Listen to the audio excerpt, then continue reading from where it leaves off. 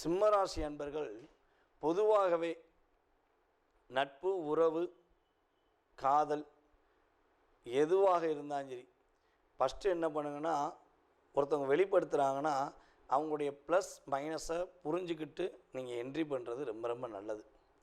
ஏன்னா என்ட்ரி பண்ணிவிட்டு அதுக்கப்புறம் போராடுறதை விட நிதானமாக யோசித்து என்ட்ரி பண்ணுவது மூலமாக உங்களுக்கு மாற்றம் உண்டு என்பது பொதுவான பலன்களை சொல்லக்கூடிய விஷயம்.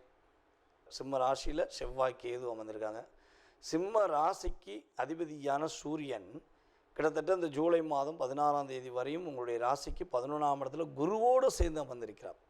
குருவும் சூரியனும் அமர்வது ஒரு மிகப்பெரிய ஒரு ஏற்றத்துக்குரிய விஷயம். செவ்வாய் கேது இங்கே ஒரு பக்கம் லாக் பண்ணாலுமே உங்களுடைய ராசியின் அதிபதி 11 அமர்ந்திருக்கனால இந்த 17ஆம் தேதி வரையும் சிம்ம ராசிக்காரங்க தன்னுடைய வாழ்க்கையில் என்னென்னலாம் ஒரு நல்ல விதமான விஷயங்கள் செய்யணும்னு ஆசைப்படுறீங்களோ அதை சிறப்பாக செஞ்சு முடிக்கக்கூடிய ஆற்றல் கிரகங்கள் கொடுக்குது.